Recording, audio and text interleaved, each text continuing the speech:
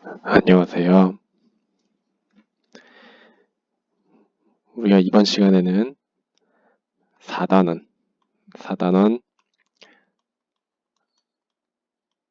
적분 단원을 들어왔습니다.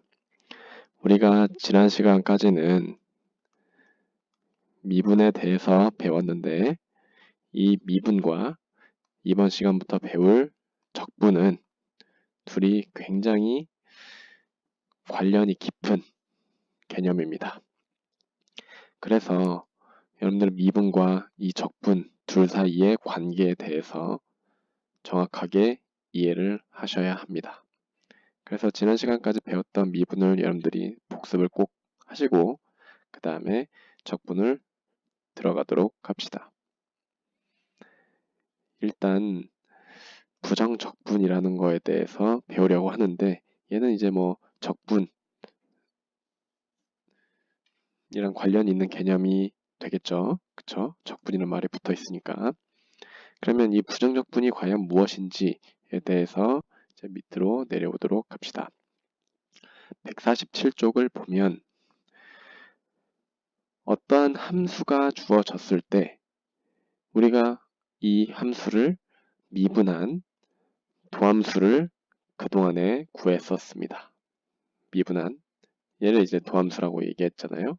그럼 이번에는 이제 반대로 어떠한 함수 fx를 도함수로 갖는 함수에 대해서 알아보도록 하겠습니다. 따라서 어떠한 함수를 미분했을 때 fx라는 함수가 나오는 도함수를 fx로 갖는 그 원래 함수를 구하는 우리가 예전에 했던 과정의 이런 반대 과정을 구하려고 하는 거겠죠. 그러면 이제 밑에 예를 들어서 한번 보시면 함수 x제곱이랑 x제곱 플러스 1이랑 x제곱 마이너스 3이라는 함수는 미분하면 2x, 2x, 2x 다 똑같이 2x라는 함수를 도함수로 갖습니다. x제곱, x제곱 플러스 1, x제곱 플러스 3은요. 그죠? 그러면 지금 여기 있는 것처럼 fx를 도함수로 갖는 함수 만약에 대문자 라지 fx가 있다고 하면 이 라지 fx를 미분한 함수가 fx가 되는 그러한 라지 fx가 있을 텐데 얘를 가리켜서 우리는 뭐라고 얘기하냐면 fx의 부정적분이라고 이야기합니다. 그렇기 때문에 우리가 미분의 뭐 반대 과정인 역과정이 보통 이제 적분이랑 우리가 얘기를 할 수가 있다. 이런 얘기를 하는데 이제 여기에 이제 완벽하게 이제 등호를 붙이지 않은 이유는 얘네 둘 사이에 약간의 차이가 있기 때문에 이제 얘기를 하려고 합니다. 여기서 이제 부정적분이라고 하는 거는 미분하기 전, 그냥 도함수의 어떻게 보면 전 함수잖아요. 그쵸? 도함수가 되기 전 함수이기 때문에 우리가 원시인 같은 그런 함수의 원래 어떤 함수였는지를 얘기하는 원시 함수라는 용어를 사용해서 나타내기도 한다. 이것도 여러분들이 알아두시기 바랍니다. 따라서 x제곱 위에서 이제 봤었던 예처럼 x제곱과 x제곱 플러스 1과 x제곱 마이너스 3은 미분하면 2x라는 함수가 나오기 때문에 바로 이 세 개는 2x라는 함수의 미분하기 전 함수인 부정적분이 되겠죠. 원시함수가 되겠죠. 그래서 여기 있는 것처럼 어떠한 함수의 부정적분은 굉장히 많이 있습니다. 굉장히 많이 있는데 여기 있는 x제곱, x제곱 플러스 1, x제곱 마이너스 3 말고도 뭐 x제곱 플러스 100, 뭐 x제곱 마이너스 1000 이런 애들도 사실은 미분하면 다 어떠한 함수가 되죠? 그쵸? 2x라는 함수가 되죠.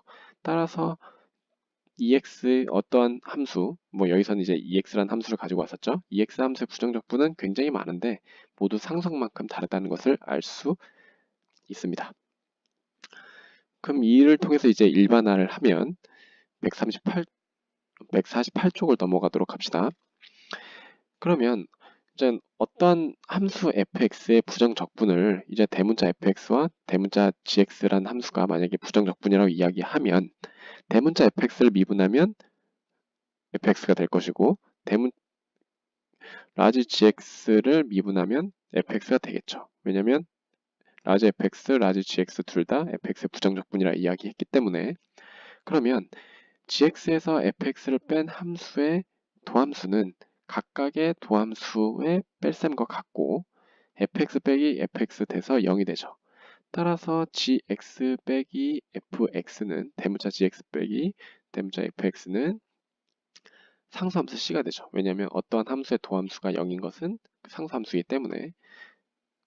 따라서 gx는 fx 더하기 c 이렇게 얘기할 수 있고, 만약에 이제 아까 위에서 이제 얘가 대문자 fx가 fx의 부정적분이라고 얘기했잖아요. 따라서 그 부정적분 중에 하나를 뭐 대문자 fx라고 하면 우리가 fx의 모든 부정적분은 fx 플러스 c 이렇게 나타낼 수가 있는 것이죠. 그렇죠? 왜냐하면 fx, gx 모두 이제 함수의 부정적분 가지고 온 거잖아요. 그렇죠?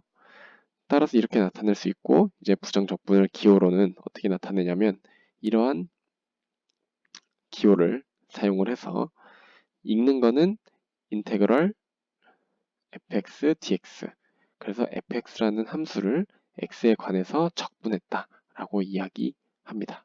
그래서 이 기호를 우리는 인테그럴이라고 읽는다. 인테그럴 fx dx, 얘를 우리가 부정적분이라고 이야기합니다. 따라서 이제 부정적분은 이렇게 fx 플러스 c 이렇게 나타내겠죠. 여기서 c는 적분상수라고 이야기합니다. 따라서 이제 어떠한 함수를 도함수로 갖는 그 함수를 우리는 인테그럴 fx dx라고 나타내고, 그 부정적분 중에 하나를 여기다 쓰고 거기다가 상수만큼 다 차이가 나기 때문에 적분상수 c를 붙여주면 얘가 바로 우리가 적분을 한다, 이런 얘기를 할 수가 있습니다. 따라서 여기 있는 것처럼 fx의 부정적분을 구하는 것을 우리는 fx를 적분한다라고 이야기하고, 그 계산 방법을 적분법이라고 이야기합니다. 그래서 이거 기호 읽는 방법도 여러분들이 꼭 체크를 해두고 넘어가시기 바랍니다. 밑에 이제 정리가 되어 있죠, 그렇죠? 정리가 되어 있죠. 어떠한 함수를 미분한 함수가 만약에 fx라면 이 fx를 도함수로 갖는 그 대문자 fx는 우리가 인테그럴 fx dx라고 쓰고, 걔는 부정적분 플러스 c, 부정적분 중에 하나 함수를 여기다 쓰고 플러스 c만큼 함수만큼 차이가 난다. 그래서 부정적분은 굉장히 다양하게 나올 수 있겠죠. 이 c 값에 따라서, 적분상수 c 값에 따라서 달라질 테니까. 밑에 ex를 미분하면 2가 되죠. 따라서 2라는 함수를 적분을 하게 되면 미분해서 2가 되는 함수는 일단 ex가 하나 있잖아요. 근데 거기다가 이제 c만큼 차이가 나는 ex 플러스 c가 바로 2라는 상수함수의 적분한 함수다. 부정적분이다. 이렇게 얘기를 하면 되겠습니다. 두 번째는 x세제곱을 미분을 하면 3x제곱이 되잖아요. 그러면 3x제곱을 적분하면 x세제곱이라는 함수에다가 상수만큼 차이가 나는, 이게 바로 3x제곱의 부정적분이 됩니다. 따라서 우리는 인테그럴 3x제곱 dx는 x제곱 플러스 c다, 이렇게 구할 수가 있습니다. 여기서 c는 적분, 상수 이렇게 적어주면 됩니다. 밑에 있는 문제는 여러분들이 수업 시간 되기 전에 또는 수업 시간에 밑에 생각 넘기기까지 풀어보시기 바랍니다. 수고하셨습니다.